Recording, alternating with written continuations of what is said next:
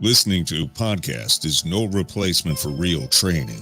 While we attempt to provide accurate commentary, we hold no responsibility on how you use the information we provide. Get medical training.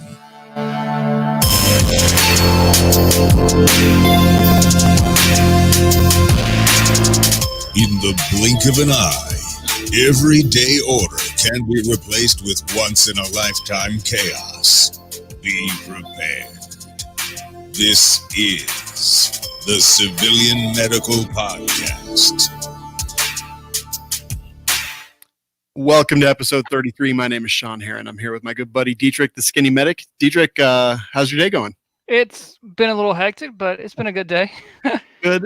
2020 starting off good for you? Yeah, starting out with a bang. All right, that's perfect. We're going to get right into it because I think we have a ton of stuff to cover here. First up, we have our returning buddy, Bobby Wales. How's it going, Bobby? I'm doing well. How are you guys? Doing great, man. And we've also got Nate McDougall with us. And the topic that we're going to cover today is just kind of like, I don't know, Dietrich, what would you say the topic is going to be? So I definitely think this is a relevant topic compared to the news we've had recently in the last few weeks of the church shooting in Texas. So we're going to cover the medical side of developing a church team. And I think this will be handy. Maybe you already have a team for your church, or you're looking to build a team for your church. Maybe your church doesn't have a group that can help with this kind of situation, or maybe you have one. You're like, hey, we can improve. There's always room for improvement for everything. So I think you could apply this to church, or you can even apply this to an office building complex. So it has multiple uses, I think, for building a medical team for your place of worship. Yeah, I agree. So where should we start off? I guess we can introduce Bobby and Nate. Like, Bobby, you have a security background, correct, too, right? Yeah. So when I was in college, I worked private security, and then I obviously transitioned to EMS for a long time. In 2010, when my wife and I moved here to Texas, we started coming to Watermark Community Church. And one of the ministries that the church has is a medical team that is focused on providing care for the thousands of people that come through our doors every week. So I've been a part of that since late 2010. And then Nate, what's your involvement with the church security? I can't. So I'm the new safety and security director here at Watermark, and kind of got here through a couple channels. And in my career, I was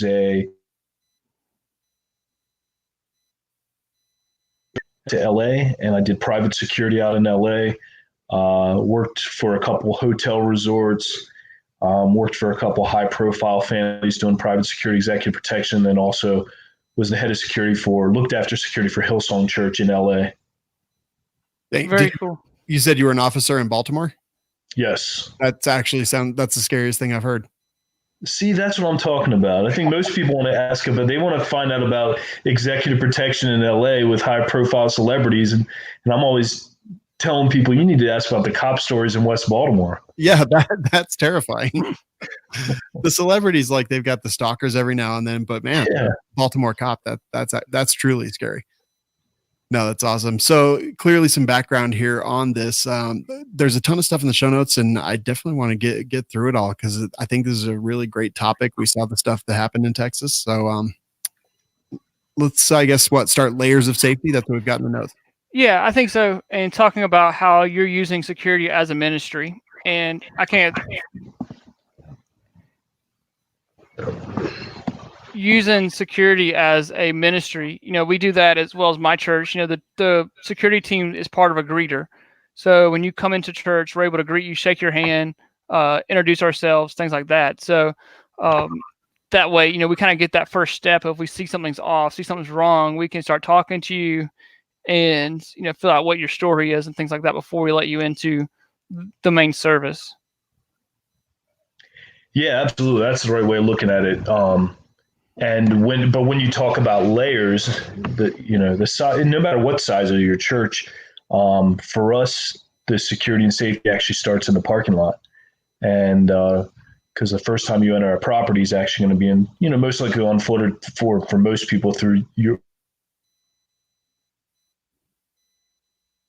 And our safety and security starts for us. We have people from the time you enter into our property. In the parking lot, we have parking teams. So they're doing the same thing that you described, Dietrich, is, you have the opportunity to see a husband and wife maybe arguing in the car on the parking team, and you can observe an issue. You can alert the rest of the team and say, hey, just giving you a heads up, there's a husband and wife. They look like they're arguing that. And then you can just observe it from afar. If you have a camera system, you have the opportunity to look at it. If you have exterior cameras, and just keep an eye on it. And at some point it could get more heated.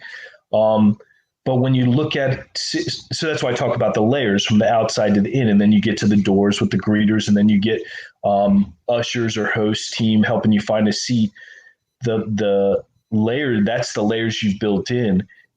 But safety as a ministry, that component is, if you see a husband and wife arguing in the car, maybe you grab a husband and wife couple from inside that are part of your pastoral team, or just a great married couple from your church, and just give them a heads up, and then they can walk out and reach out to this couple. It might be their first time in church. They might have been in church for 20 years, and maybe they just found out they had a miscarriage, or maybe they just found out that the wife's in-laws are going to be staying at the house for Christmas, so the husband's not too happy. It could be a million things, and those layers are built in to provide safety, and that response can be another husband and wife couple coming up and talk to them, or somebody from your actual designated safety security team that can go up and engage with and involve themselves in the situation. Very cool. That's a good idea. Sorry, there's some crazy cutouts going on. Apologize about that. Just taking notes here real quick. Give me one sec.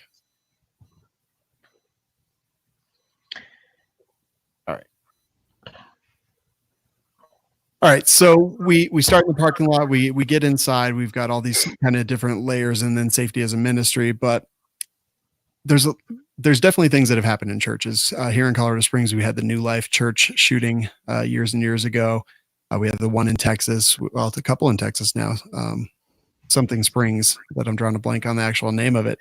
Like, how do we identify threats? In this most recent White Settlement, Texas event that took place, they were kind of tracking him from the very beginning because he had a kind of a silly costume going on like that. But how do we identify these threats? Yeah, I think, every case you can scenario, pick them apart. And so what we generally hold on one sec. Sorry, it cut out right when you started talking. Can you guys, Bobby, can you click off your video? It's sure. Let me see if that'll fix it and make it a little bit better. And then I'll turn mine off maybe. And then I've not had these issues before, I think, because I've been recording from home. So maybe my Wi-Fi is better at home than it is here. Yeah, it's just weird and very intermittent, but I've got 411, 5, 7, and 758. So it's like every minute it cuts out for a few seconds. Okay. All right. So let's see. 8:34. Okay, go ahead and start that one again, Nate. Sorry about that. All right. So all those different incidents that happened, you can what if them, and they're excellent training tools to look at and figure out what they did right, what they could have done better. And so, but on the flip side of that, you always don't have that opportunity. So really, we have to go with what we're given, and our goal in what we do in our safety and security team with everybody who comes to the doors, whether you're a church of 50 or whether you're a church of 500 or you're a church of 5,000, my team is looking to make a profile of everybody who comes through our door. And again, it was that same illustration as the couple kind of arguing in the car. You have a couple, a man and wife walk through church, and they're holding hands and they're smiling and they're saying hi to other people.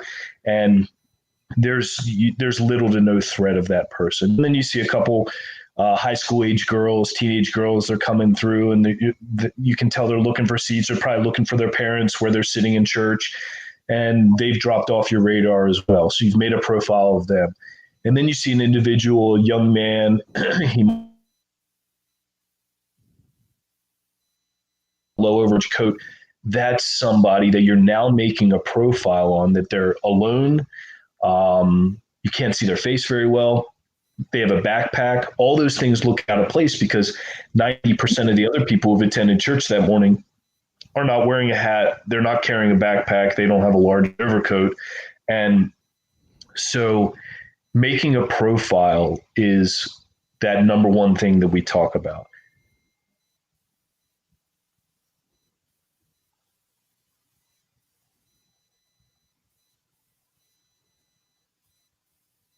You guys there? Yeah, we're here. It cut out. It cut out at making a profile is where what we talked about. Yeah, I guess I was seeing if you wanted to chime in. So yeah, making a profile is the number one thing we talk about. Go ahead. Oh, I was just going to say, I know a lot of people, they get their hackles raised, like when New York does the stop and frisk stuff that's based on appearance and things like that. And I'm like, well, don't be stupid. Like, our brains function like that. We recognize patterns, and stereotyping exists for a reason. And putting people in different categories and packages, like, those things are survival instincts that we have inside of us. So it's incredibly important to do that. It doesn't mean that they're bad. It just means, like, hey, pay attention in this direction just in case anything bad should happen. And not that would ever preclude someone else that doesn't fit, those molds from doing something bad. But, like, people get a little bit butthurt about those kind of profiles. And I think that it's a survival thing that we all have to have. Yeah, that's a great point. As a police officer, profiling was talked about all the time. And even while I was a police officer, I would make a criminal profile of somebody. I would look at the situation. I would look at the area they have. Their license plates are coming from another area. So the criminal profile was people would typically come from other areas, maybe an hour or two away, come into this part of the city to purchase drugs and take them back to their area. That was a criminal profile. It didn't have anything to do with their race. It didn't have anything to do with their height, their weight, anything about that. Same with that description that I gave of the guy walking in with the hat over his eyes and the backpack and the coat. That could have been a female.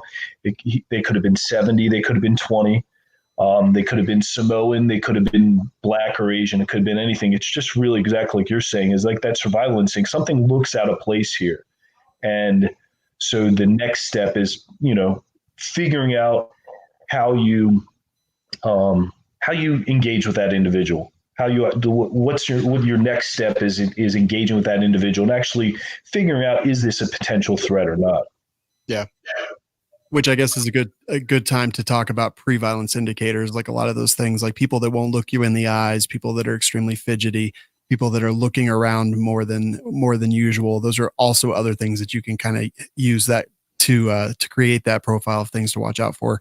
And again, like, you have to not just pass this on to yourself, but like your entire security and medical teams as well, right? Yeah, absolutely. I can't be everywhere. Our property is very big, and that's why we talk about this a lot and we train on this a lot. It's very important. We also share with our team and our volunteers, and when we do get the opportunity to discuss this at our volunteers meetings, when there might be 5 staff but 80 volunteers, we share with them. We say, hey, you guys are the eyes and the ears of our church. You're the eyes and the ears. So if you're working the parking team behind the building, if you're helping park cars behind the building or direct people to parking spots, you're the eyes and the ears of what's going on back there at that time. So we encourage people that it actually has to come from them. And again, that's where the layers are built in. So as a volunteer in the parking lot, you see something that's strange, you're going to call, if you have a radio or on your phone, you notify security and say, hey, I just notified or just noticed this. And now that layer is built in. Now security can jump in, and then they can decide if they need to involve the police if necessary. That makes sense. So you started to lead into, like, how do we approach and communicate with individuals that may have raised our interest, I guess is a good way to put it. So how do you kind of approach that? Because some people will just be, it's church, right? So a lot of people are going to be super nice. But still, I imagine you have to have kid gloves on a bit when you approach. Yeah, absolutely. You don't want to you don't want to offend somebody. But when somebody comes in, and we'll just use the Fort Worth, the White Settlement Church of Christ. Somebody comes in with a wig and a mask, that would be somebody I'm not afraid of offending, because at that point in time, we're about in church we talk about protecting the flock, and then Jesus is all about the one also. It's all about the lost son, the lost coin, the lost sheep, and that's talking about the one. You have the 99 and the one. You also with that one in order to protect the 99, to protect the flock. So if you have somebody who looks way out of place or appears to be out of line, somebody who would be highly intoxicated, who could appear, and I say appear because, again, you don't want to go into any rush judgments. They could appear to be intoxicated, and just like any medic or police officer would know, it could be a diabetic shock. They could have symptoms of intoxication. They're actually diabetic. So you don't want to handcuff that guy, throw the guy on the ground, and next thing you know, you've got a medical issue in your hand, major medical issue. So, but when there is something like that with the wig and the mask and the trench coat and this way beyond obtrusive nature, then that requires a response on our end of being intrusive. And I feel comfortable about doing that with our team. Our team is going to step in to that person and say, "Hey, can I have you step over here and talk to me for a minute?" And they're usually, if you look so out of place that way, those people are expecting that. Sometimes they're actually looking for that, and they're not weirded out by it. Now, if you've got a guy who walks into church and he's got a polo shirt on and khakis and it's tucked in, and you're saying, "Sir, can you step over here and talk to me for a bit?" That guy's going to be like, "Excuse me? What, did I do something?" So and that's that whole profile thing with that guy. If we thought maybe that guy was fitting the description of something we had been aware of at church, I might just walk up to him and introduce myself and say, "Hey, my name is Nate. I'm one of the staff members here at church, and I just wanted to ask you a couple questions," or that kind of thing. If it's a total person, they look a little bit out of place. Not the trench coat, mask, gloves, backpack, but they're different. If you go to a church of 250 people, you should know 200. If you've been going to that church for a long period of time, you'll know 225 of them. So on any given Sunday, you're going to have 15 people come through the door that you don't really recognize. And in that case, we teach our team to walk up to them and just start off with this: "Hey, good morning. I just want to say hi. My name's so-and-so." And then you ask them, "Hey, how long have you been coming to church here?" And then the person might be like, "Hey, it's actually my first time." Then you're leading into, "What brought you here? Do you know anybody from here? Do you have any friends that go here?" And then you're starting to make a connection. You're starting to break down any walls of them, And again, we talk about it, safety as a ministry, because it is very pastoral. We want people walking through our doors. We want people that are on drugs walking through our doors. We want people that are going through rough times, divorce, whatever it might be, walking through our doors. And we need to find a way to connect with them in order to point them to where they need to go in order to find help. They're walking into church a lot of times we want to connect them with God. We want to create a safe environment for them to connect with God. And so I think how you do it is all based on that profile that you are making of them. And the kid gloves is a great word for it, because all in all, we don't want to offend anybody. Yeah. But it's that opportunity for fellowship, as well as, that first step for security as well. Yeah, absolutely. It was just the same thing. I worked in a couple hotels. So same thing in a hotel. Like, we wanted people there enjoying themselves, but some people, you could tell they just didn't fit the profile of being somebody who would be in a 4-diamond, 4-star hotel or resort. So that's somebody that I felt comfortable that I could walk up to and engage with and connect with. I think one thing that I've shared with a lot of our team is how to start a conversation. And that is something easy for all of our teams to learn. Just to, I shared a few minutes ago about we want to make a connection with somebody. So if they've got an Under Armour shirt on, I'm going to walk up to them, and maybe I see the Under Armour logo and I say, "Oh, Under Armour, I love that stuff. I used to wear Nike and Adidas all the time, but ever since Under Armour came out, I've loved it." And now that person might be like, "Yeah, you know what? I got this for Christmas for my mom." And you'd now just gain so much more information than you had 1 minute before. And, you've established a connection with that person. So starting a conversation, making a connection with somebody is going to assist you in all these things that we want to do in establishing a safe and secure environment for our church. Yeah, definitely. I mean, those people, you don't have to let them into the sanctuary when they show up. Something's off, whether it be that guy who smells of alcohol or you think he may be on drugs. Obviously we're talking about building that relationship and you want to see them get some help, but they don't have to go in the main sanctuary. Like, we can lead them and put them maybe to a counselor's room or go somewhere else and have a good conversation with them and just kind of see where they're at in their life and things like that. But, somebody's going to maybe scare the kids in the church service, scare some other adults in the church service. We can kind of go in and start steering them kind of to a different direction. Yeah. And coming from Hillsong LA, come through our door in church on a Sunday, but where we were located in downtown LA, we also had a lot of homeless transient people that would come through. And so we had those opportunities at some point in time to bring Justin Bieber would be walking through church at the same time as we'd be bringing a homeless guy in through the back doors of our church.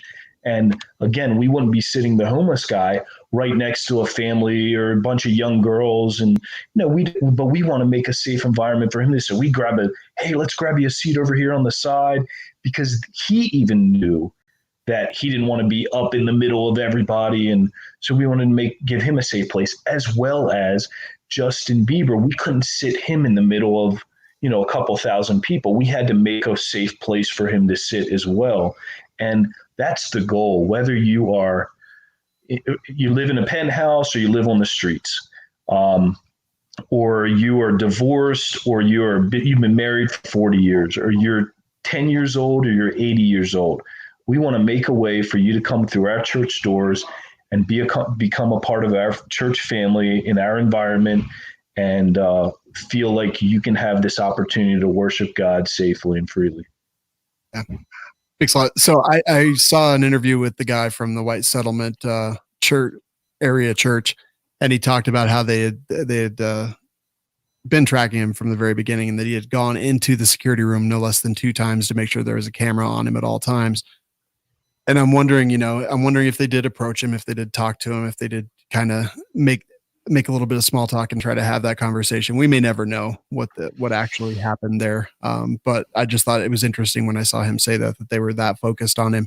And clearly two people, I believe, by 2 security team members at a minimum were biased over towards that side, behind him, a little bit high ground and behind. Yeah. And so speaking of that, I actually just came from the funeral of one of the church members, one of the safety team members that lost his life. Just was there this afternoon.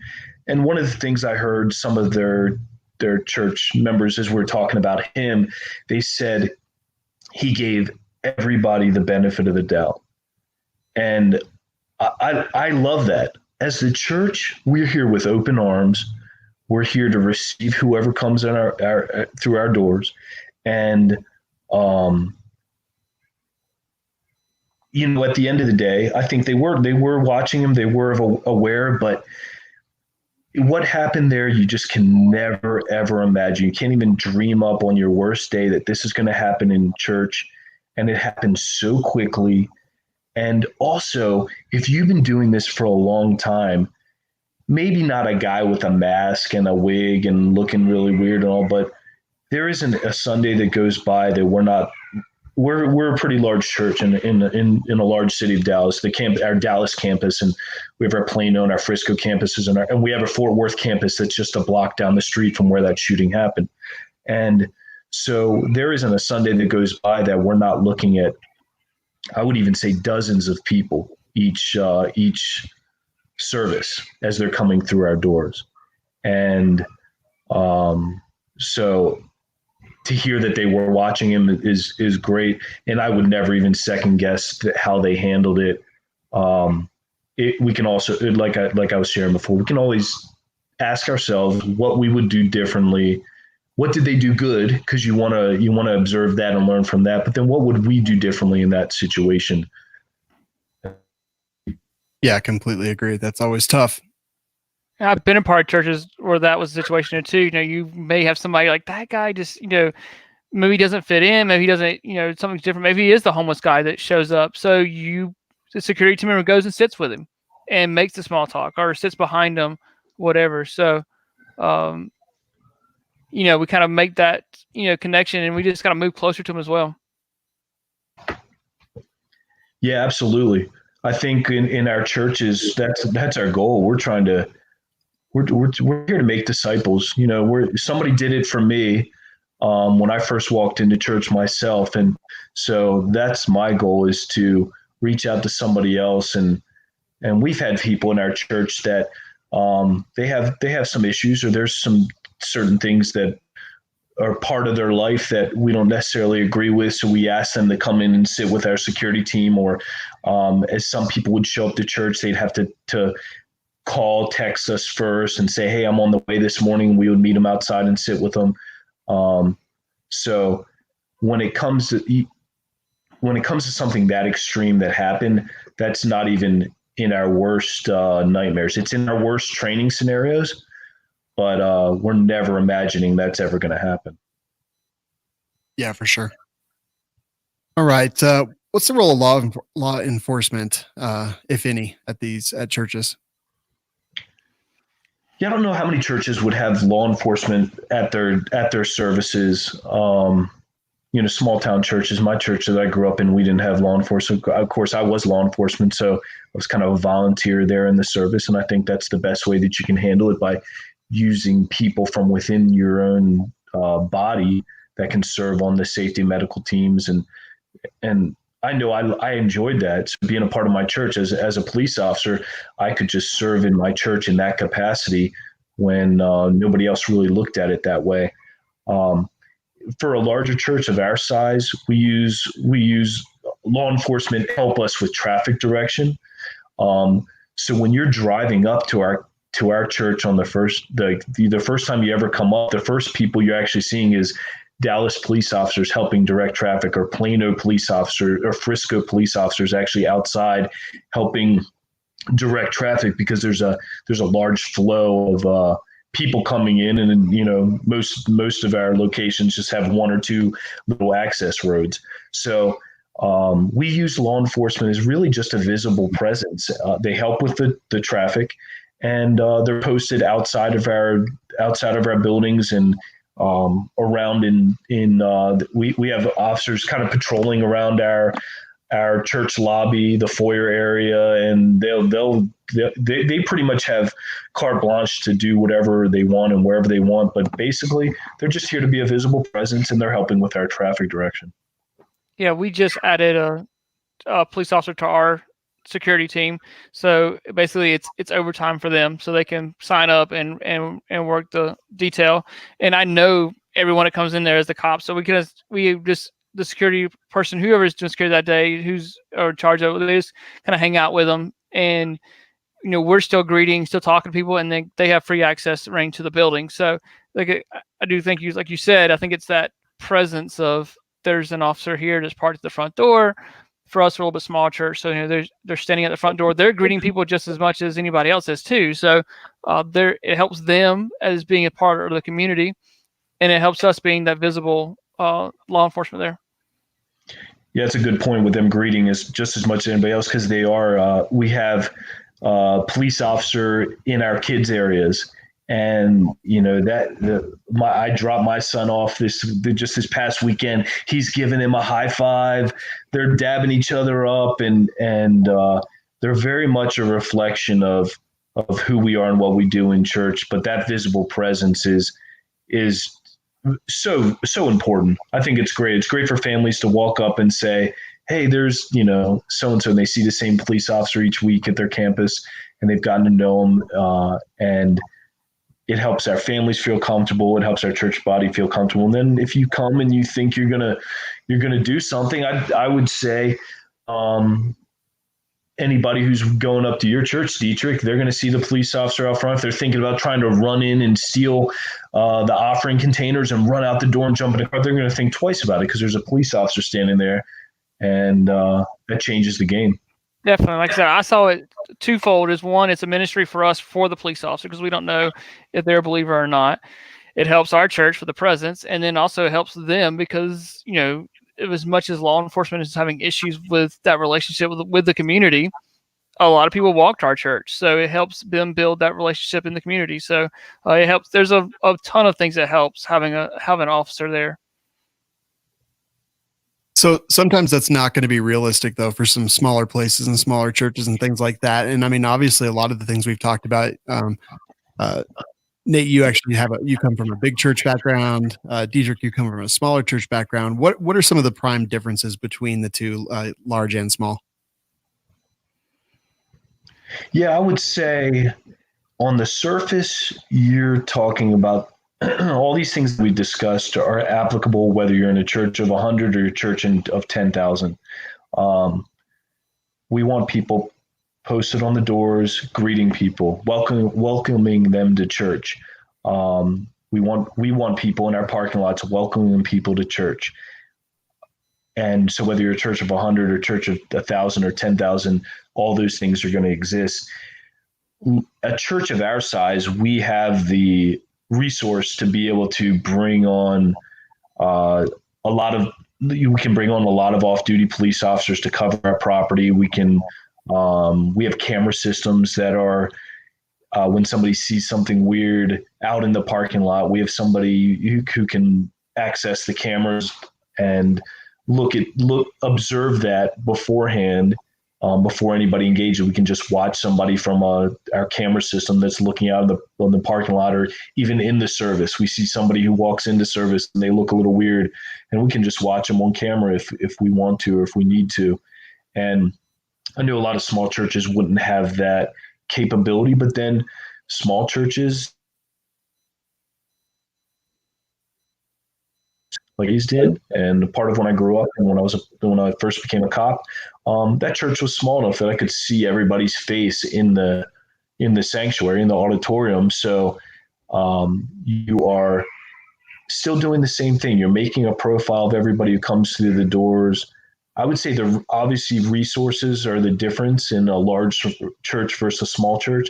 Smaller church is going to be highly volunteer heavy, and you're going to be doing a bunch of different roles. And we're here at our church. This is all I do. This is what I do every weekend and every week. I'm looking after the safety and security of our church. And it's what I live and breathe and what I'm passionate about. And I think in some smaller churches, you're going to find people that are passionate about it as well, but they're not able to dedicate a full-time capacity to it. Makes a ton of sense. The anti-gun or anti-2A media has actually made kind of a big deal that, Jack Wilson from White Settlement, Texas is a firearms instructor and a gun range owner and all these different things. And I'm like, well, we've kind of even just covered it now, like former officer, former personal protection guy. Like, it's one of the things that you're passionate about. You just said, I'm really passionate about it. And I think that we see that very often. A lot of the church security groups that I've worked with, it was exactly that. It was either someone who was formerly a cop or just someone who was super 2A and, had guns and had a little bit of training and wanted to do something well. What do you see as kind of the makeup of security teams in general, as far as history type and the type of people that do it? I don't limit it to somebody who's prior law enforcement or prior military.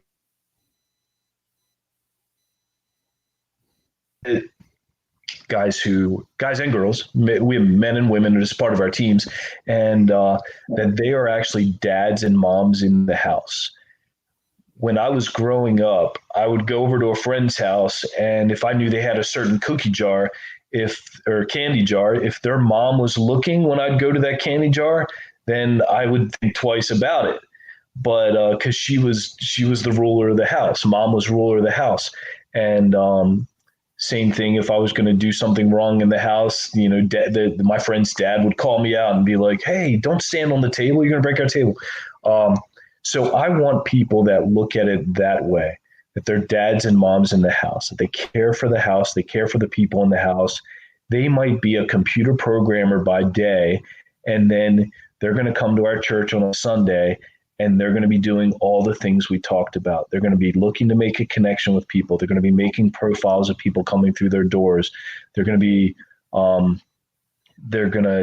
able to start a conversation with somebody and introduce them. They might need to introduce them to somebody in our married ministry because they're having trouble with their wife. And so that is somebody that when I'm looking for somebody to join our team, I'm looking for somebody who has a heart for the house, who is a dad and a mom in the house, who not physically a dad, but cares for the house like it's their own, cares for the people in the house like they're their own.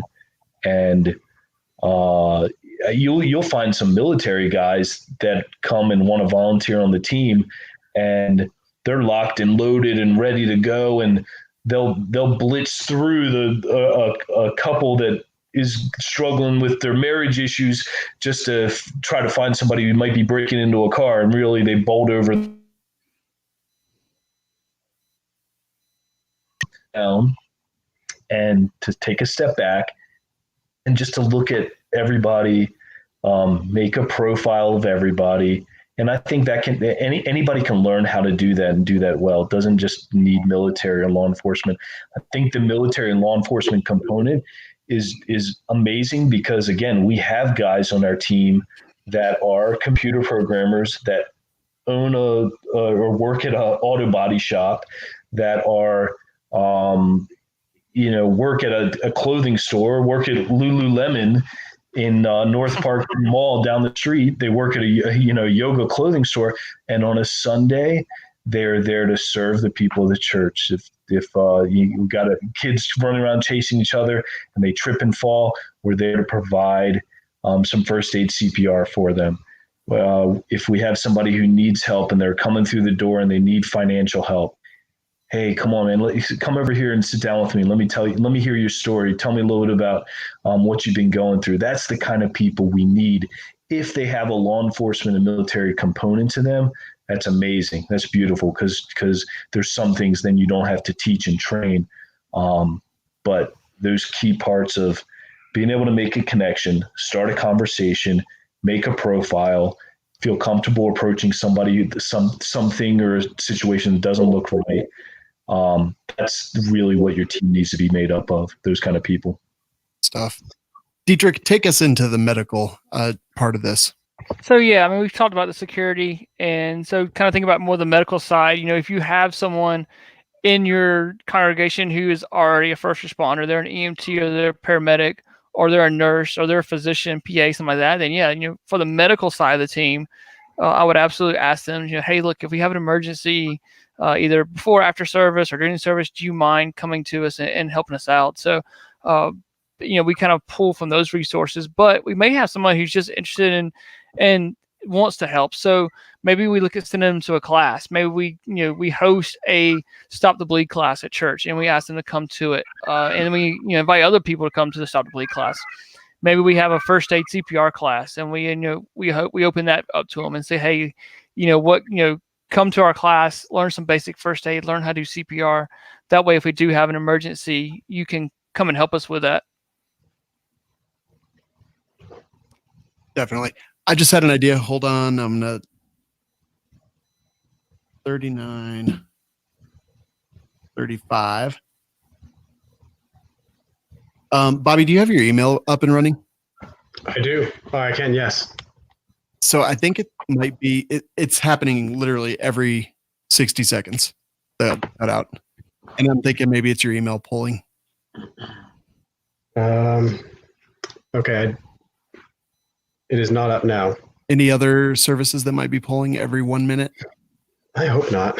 Let me open the task manager and see if there's anything else stealing here. I was like, this is so weird. I'm like, every single minute I'm writing it down, and it's decreased by 3 seconds. Now it's 3 seconds before the minute, but it's consistent. It's showing just Google Chrome at the moment, but okay, cool. Could just be the Wi-Fi. Yeah, I don't know if it's that consistent though. Yeah, that's weird. It is really super consistent. So we're to about 41. Okay. It hasn't been that bad on my end because I feel like where it has messed up, it pieces right back together. So I agree. I've been keeping a close eye out, but I'm still taking notes because I got to let the editor know. But I was just looking at it like, what the hell could be so consistent that it's every 60 seconds? And email was the only thing I could think of. Okay, cool. We'll see if that improves it. So where do you want to go next, Dietrich? You want to talk about what classes you guys are offering for your team as far as like medical? Sure. So what we do is we have a number of healthcare providers. We really have an embarrassment of riches here when it comes to healthcare providers. Everyone from emergency docs to PAs, nurses, paramedics. So we have volunteers at every service who are healthcare providers in their day job. Myself being one of them. That's how I've been connected with this ministry here at the church for the last 9 years. And so we come in, we carry a bag that the church provides. It's a standard bag. They're all the same, so that whether you're at one campus or another, you reach into the bag in the same place and you get the right equipment. We may all be advanced care providers, or many of us advanced care providers, but we function at a basic life support level. So we're just looking at first aid, bleeding control, CPR as our primary methods of treatment. We just carry basic equipment, BLS bag, stethoscope, BP cuff, bandages. We have tourniquets in each of our bags. Keep up the bleed kits in each of our AED cases around the campus, so that wherever you are, there's one close by. We do try to train our safety team, who are not healthcare providers, with some basic CPR and first aid. And one of the discussions Nate and I were having beforehand was, it's been a little while since I've done it, so I probably need to go back through and do some training all over again. But you said it's been a while since you had CPR training? It's been a while since I've taught the safety people here CPR. I was like, wait a minute, what? I've been a little bit involved in some CPR training in the last few years. Okay, I was slightly confused there for a second. Sorry. It sounds like you guys have a lot of gear and equipment, and that you mentioned that your bags are provided by the church. It's a big deal. Yes. It's a big cost. It's a big expense. And I think that might also be a difference between some of the smaller and bigger churches. I did some medical stuff it was a different type of ministry. It was a ministry that dealt with people who were pregnant and thinking or considering abortions and things like that. And, that they were able to find some money in the budget as well. But I imagine some of the smaller churches might not be able to do that. Are you aware of any programs or anything that might help with that? Around the bandages and the more inexpensive gear, I think that's a little bit easier to access. What's more difficult is when you start getting to things like AEDs and other higher end devices like that. I think it's a good idea for a church or any gathering place to have an AED available and to make sure that you have people there that are trained to use it. There are some resources to get used AEDs at a reasonable price. You can find them really on Amazon or eBay. You can reach out to the different manufacturers and ask if they've brought any back in to refurbish. So there's some options to buy those for less. But really the rest of the gear, if you're looking at what you should buy for your church, you should look at what the training is that the average person has there, who will be using this and what do they know how to use. So if you have lay rescuers who have never been trained in how to check a blood pressure, well, you're not going to buy a stethoscope and a blood pressure cuff. But at a minimum, you want to have a tourniquet, some bandages, something that you can use to control life-threatening barrier if someone stops breathing, and then ideally an AED in the case of cardiac arrest. Yeah, for sure. And you said that you guys do carry tourniquets in your kits, right? Yes, we do. We do. One of the things I think that helps with response is if you practice small, it helps you prepare more for big events. So as Dietrich knows, one of the places where we used to work, anytime we responded on the ambulance to a scene with more patients than we could handle, we had to set up a scene command and act as though it were a mass casualty, even if there was only one more patient than we could handle. And just by the nature of going through the process of doing that, it helped us to be more fluent in that in the event that we did have a true mass casualty event. So one of the things that carries over to when you're thinking about providing medical care in a church is you respond to the little things.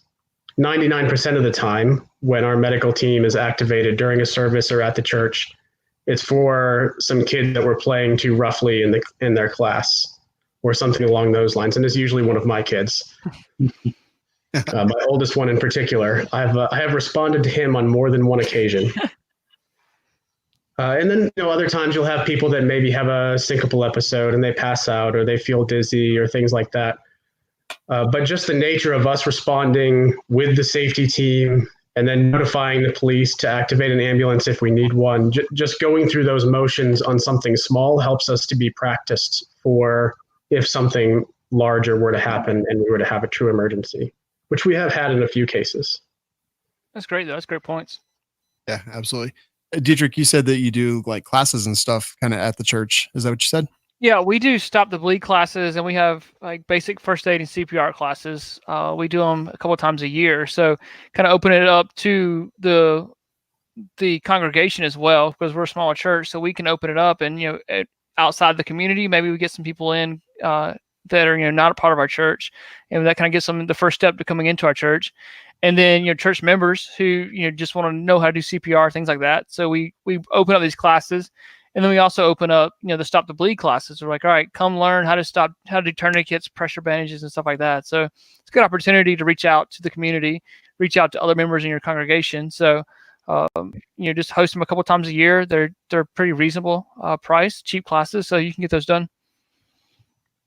Yeah, definitely. Bobby, you said that kind of responding to events and things like that and treating some of them as like a mass cash event kind of helps you guys be a little bit better prepared and things like that. Do you guys have some kind of set curriculum that you guys have come up with, or do you use one that's out there as far as some of that stuff goes, just as far as the processes and procedures that you guys go by? We developed a lot of our processes in-house, but we do have them published for our own internal use that we keep as written policies. And then we do combined training with our medical and safety teams multiple times a year where we practice through some scenarios. And our leadership will just come up with different scenarios for each time. One time it'll be someone who wants to cause a ruckus in the service, maybe not physically harming anyone, but just standing up and shouting. Or maybe it's someone who does have some worse intentions, or maybe it's a cardiac arrest. And it just gives us an opportunity to practice through how we would handle those things in a thoughtful and timely way. Maybe they're just overcome by the Holy Spirit. We don't know. Maybe.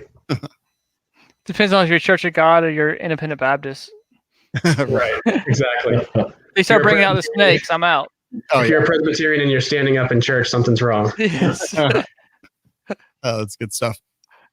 Let's see. Concealed carry policy. I mean, like clearly here in Colorado, it's basically up to the church, and it's okay to carry in them if the church says that it's okay. I imagine that that's kind of a sticky point at some churches. Like clearly the churches that have safety people and safety teams, they're aware that there may be firearms in their church. But what do you guys think? And Nate, I'll start with you about concealed carry policy in churches and whether they're allowed or not. Yeah, for our church here, and we're in Texas too, so there's a lot of people that are carrying, and but Thank gosh. Yeah, exactly. As you look at last week, but what we have set up with our church is that we want to control who is carrying on our campus. We want to know who's carrying, and we want to be able to control it. So we ask people not to carry on our church campus. If we do see somebody who is carrying, maybe they're carrying exposed, we will go up and talk with them, and we'll just explain our kind of standpoint, our policy on it. That in our church, and again, we're different than a smaller church, but we purposely, across all of our services, we have enough people that are designated as carrying concealed, and they have specific posts in specific locations during every service that we feel comfortable that we have provided a level of safety and security as necessary. And the last thing that we want is somebody else to come, if there were an incident to happen and somebody jumps up with their firearm and they start engaging. And if I know the number of people that we have on a Sunday, if I know all of them, I know all of them by name, and I know that they're all attending this service, and they work for me they serve with me and work for me every single Sunday. And then I already know them, right? I have a level of comfort with them. They're training, what they do for work. I probably know their wife and their kids and their background. And then all of a sudden you have somebody stand up as we're engaging with an individual. We don't know if that person's a threat or if that person's just a good Samaritan. They're trying to help out and engage in the situation. So that's why a church of our size, I feel like we have it adequately covered, and we want to actually control who does carry on our campus. Yeah, in South Carolina, it's kind of pretty similar. You're not supposed to carry inside of a church unless you have written permission from the deacons or the pastor, the church leadership team, or whoever that is. So, you're supposed to have permission before you carry in there. So I'm absolutely sure there's people that don't have written permission, and I'd probably say the same thing for your church as well. But I see the points. I stand up. I'm at your church, and I stand up. You're like, who is this sketchy guy standing up? What is he doing getting involved? So I definitely see the points of, for everyone's security and protection. And that kind of solves another issue too, thinking about, if you do have an incident where your security team has to step in. Now you've called law enforcement. They're coming to the scene. One of the confusions is, who's the good guys, who's the bad guys standing around with guns? Who these old guys standing around with revolvers? So, you kind of help identify to law enforcement, hey, these 3 are security. This is your bad guy, right? Or whatever. So it kind of is able for you guys to control it more. In Colorado, it's churches are just treated as the same as any other private property. They can put up signs or whatever they want, whatever they choose.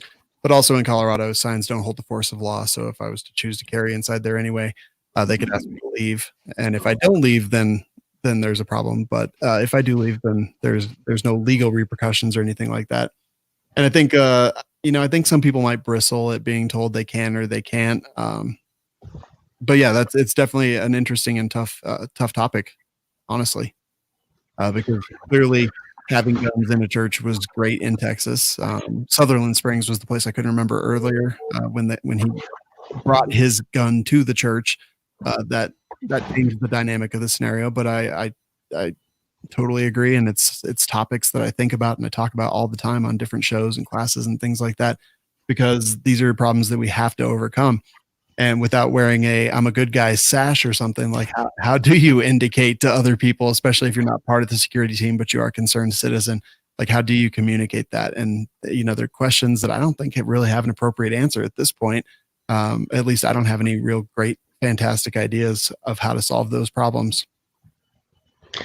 I guess the only way, I know some churches have gone to this is where the best way you control what weapons are in your building is you're doing heightened security measures with wanding, mags. You're doing a full, almost like a TSA checkpoint as people are entering church. And I know some people do that. I know of some churches that are doing that. I haven't heard the feedback on whether the church does feel comfortable with that, because some people might, hey, our church is great. We know there's no other weapons in here than the few people inside that are part of our security team. So some people might really like that, but it is very, so, again, as you can see this past weekend, we're grateful that some of some of the church body were carrying.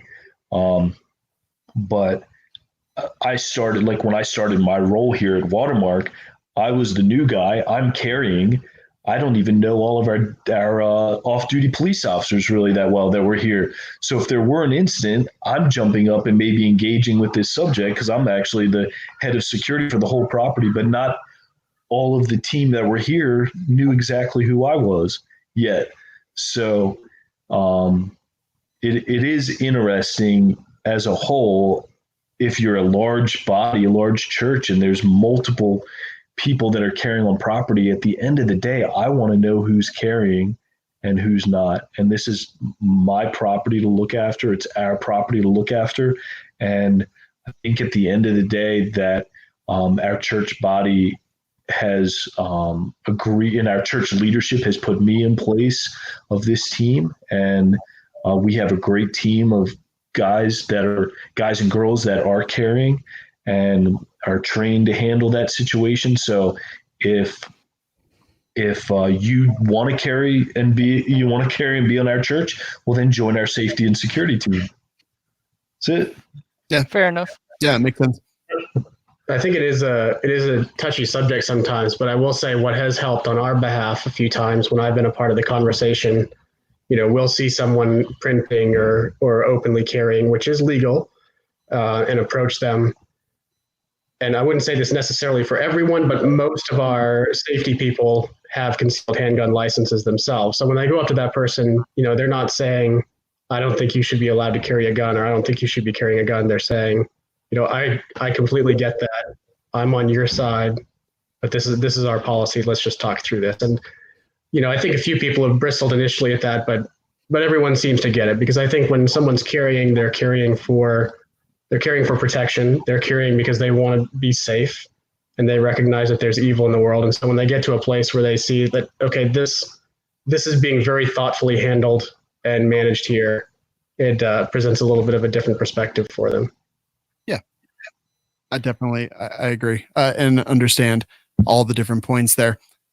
How the heck do groups get started in churches? Because I think the more we see news, especially, the 6-second outcome of this most recent one, it makes people aware. And then when we see something and we become aware of it, people may want to take action. Clearly, this is not the first bad thing that's happened in the church. So people probably already had it on their radar. But if there's a group out there, maybe they got a small church or even a big church, and they don't have these things in place, like how the heck do you get started? It's probably pretty daunting, right? Yeah, I think with anything, if you have an idea to do something, like I want to build an addition on my house, but in all honesty, I don't really know much about it. I'm not great with my hands, but I'm going to start having conversation with my neighbor or with my brother-in-law, and I'm going to say, hey, what do you think? Like, do you think we can do this? Can we do this? I have an idea of this is what I want to do. So it starts with a conversation. And if you've got it on your heart that you're feeling like that's something for your church body, then let's start having the conversation. Talk to some of the other men after a church service and say, hey, have you thought about doing this? And you might find a couple of other guys that have been thinking the same exact thing. And that's how all these neighborhood watches start. A neighborhood watch is, you think you have some issues in the neighborhood, somebody should do something about it. Next thing you know, you're like, I'll patrol on Monday night with my vehicle. And that's just kind of how it starts. And eventually you're gonna build a solid team and a core of people that are passionate about it, that love it. And I think in the church world, if you've been in church for a long enough time, you probably did something in church that you weren't passionate about it.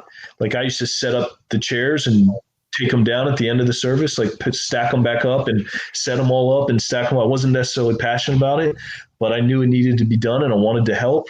And so then I handed it off to somebody who was passionate about it. They loved setting up the chairs for people to have seats in church and to be adding more to. We got a lot of people coming to church. They were adding more chairs to the back. They loved it.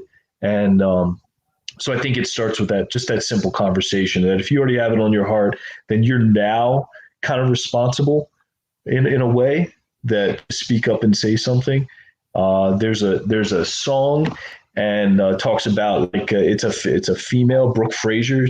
She's a worship leader, part of Hillsong Church, and she says, "Now that I've seen, I'm responsible." She was talking about when she was in Africa, but she says, "Now that I've seen, I'm responsible." So I think for you, if you're listening to this right now, and you've got that little poke in your heart, then you're responsible right now to start that conversation with other men and women in your church, other medical professionals, law enforcement, or just the computer programmer that works Monday through Friday, but will be passionate about providing safety and security at their church. Yeah, I think, the heart of civilian medical, of people who are willing as bystanders to train, are the people who have stopped saying, hey, someone should be prepared for this, someone should do this. And they finally stand up and say, I'm going to be the person to do that. And, that's what we look for in my job, is looking for people who are willing to do CPR on their loved ones or in public or wherever that cardiac arrest happens. And those are the people that make the biggest difference, I think. Yeah, that's very well said. I completely 100% agree. So kind of getting like Neighborhood Watch, kind of getting the right people together, talking to the church leaders, things like that, understanding state laws, however they may be. I'd like to add one here. What about liability? Like, is there liability for the church that you guys are aware of? And I understand you may not have any insight into this, but if anyone does have any, at least ideas into it, I'd be curious to hear them. Yeah, I'd be curious, like as far as like the security side of it. Yeah, I mean, but medical side, I think Good Samaritan laws are going to cover everybody there as long as you're acting appropriately. But security, I think Nate's probably got a little more insight on that. Yeah, when it comes to liability, I think each state is a little bit different, but there are laws protecting church service, religious functions, religious services, and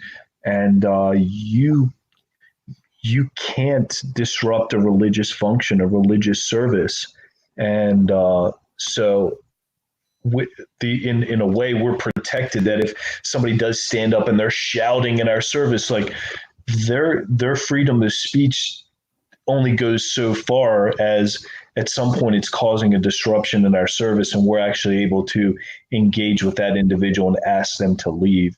When you're talking about possibly putting hands on somebody to ask them to leave, that's where I would probably incorporate law enforcement if possible. But still, at the end of the day, there are laws protecting that person. Say you're a small church the church that I grew up in, a little bit of a small church in a small county in Maryland, and police response could be 20, 25 minutes away. So we're not going to let this guy just rail on and get up on our stage. No, we would actually at that point, we'd engage with him as obviously as nicely as possible as we possibly could. Try to get him to walk outside and eventually maybe just grab his arms or just escort him, just put our hand on his lower back and just come into the place. And you have to check in with your state exactly the laws that they say for religious functions, but there is protection for that when it comes to liability. Yeah, and I can say all the church groups and schools and homeschool organizations that I've ever been involved with, they have all gotten riders attached to their insurance policies, and some modicum of specific training was required for that. And they usually generally have guidelines for what that training needs to be at a minimum as far as insurance companies go. So something to consider if you're going to go start your own church security group or get involved in one of those at least. What about training? What about how often do you guys train together? So for some of the church security groups I've worked with, They did it once a month. They went to the range and, practiced different skills and things like that. But Nate, do you guys have any kind of curriculum or schedule or anything like that? Yeah, we do. We from the ground level, we brief with our security team before every single service at every single campus. And at each of those, we're always discussing something. We might have and for sure this weekend will be very heavy, heart heavy, and just discussion heavy on what happened in Fort Worth, right down the street. So, but we discuss tactics and topics and different scenarios every single Sunday when we brief. So I'd encourage that if you have a volunteer team, or if you have a safety and security team, it can't just be that, you just show up outside the door. Like when you get here, just walk to the front door and just stand there and keep an eye on things. And if you need anything, it actually needs to be, at least 2 people or 3 people, and you guys need to meet beforehand. If your service starts at 9 a.m., get there early, get there at 8:30 in the morning. We in our teams, we all pray together. So we get together, we talk over some things. Maybe walk the church together, check the doors, make sure all the outside doors into the sanctuary are secure except for the main doors, walk the parking lot together, then pray together, and then go to your kind of designated positions that you guys have assigned for each other. So that's in a smaller picture. That's what we do at each of our campuses, obviously with a larger number of people, but that exact thing is what we do. We do a quarterly training. We have a playbook that we call the playbook, and that's our policies and procedures when it comes to our safety and security scenarios and training and policies and procedures. We call it our playbook. And it has a bunch of scenarios out there that we've either encountered ourselves in church or that you would regularly find yourself in church encountering. And we just did one a couple weeks ago, and we did on a Saturday, and it's hard to get people there without some food and some drink too. So we did some nice breakfast bagels and some donuts and some juice and coffee, and you got to have coffee there. And but we did a good 5 hours of training with teams, multiple people from our different campuses. And again, it's all scenario based, and everybody gets a chance to ask questions. What if this, and what if that, and what do you do with this, or what do we do in that? And in an incident like what happened at White Settlement, the reason why that ended in 6 seconds is because that guy has been there before.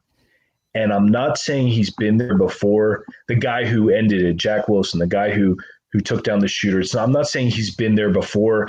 I don't know his background as far as that goes, but you could tell he had already thought of that before in his head. He had already pictured that happening. He had already imagined that happening, walked through it with somebody, talked through it with somebody or something. You don't just wake up out of bed and just react that way. So training is absolutely essential.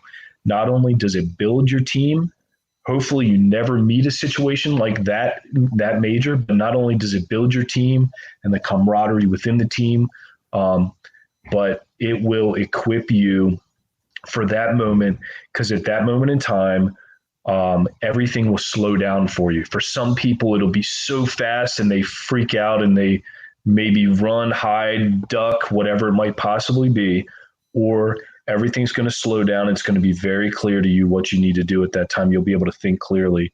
And that's why we do the training. Yeah.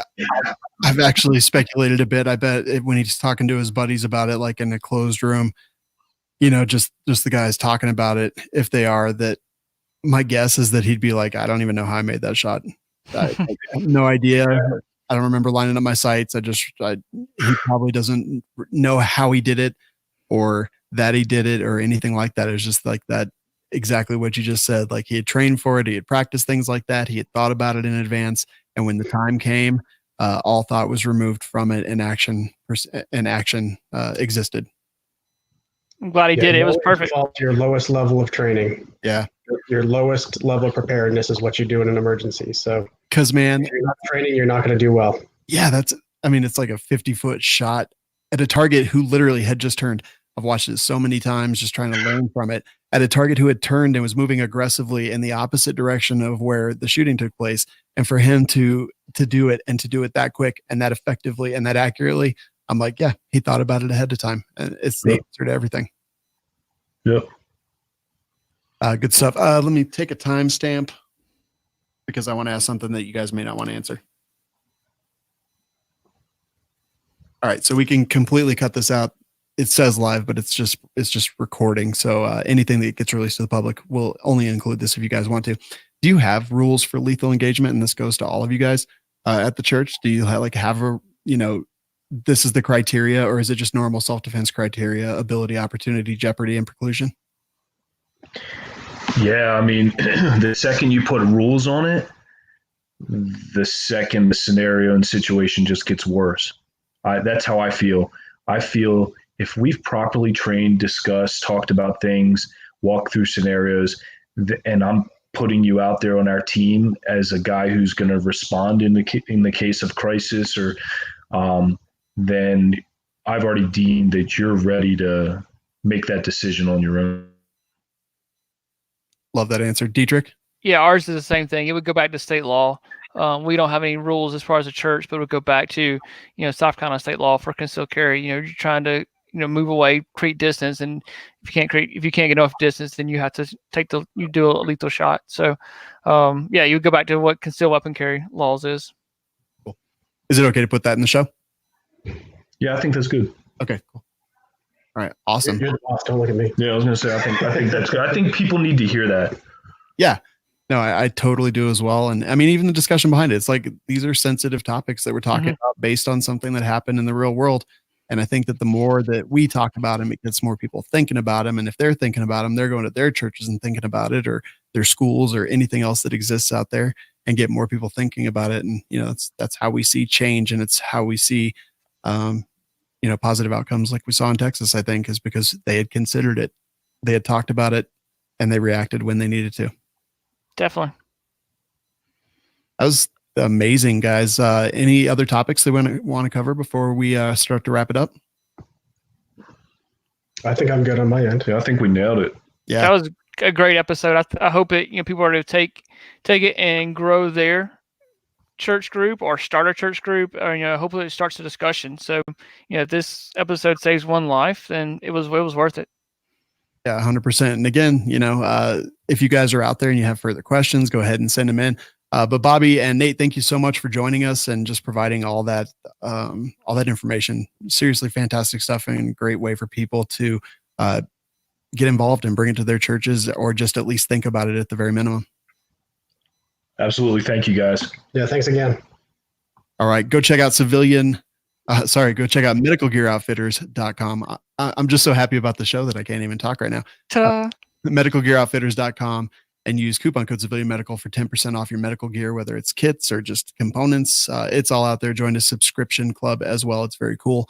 And you can get the Civilian Medical podcast shirts, hoodies, and other stuff at Ballistic Ink. Just click on Skinny Medic. Dietrich, you want to wrap this up for us? Any other words of wisdom?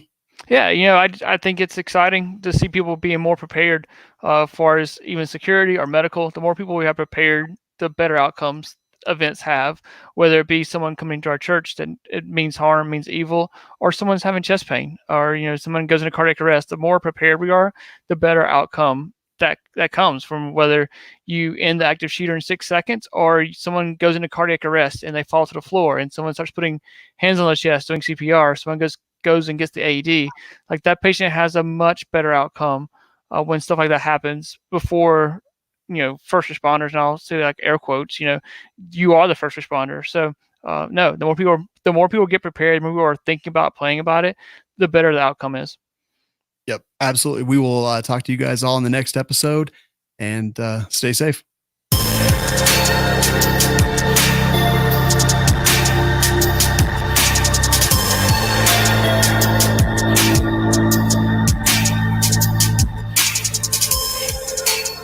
Find us and subscribe at civmedical.com.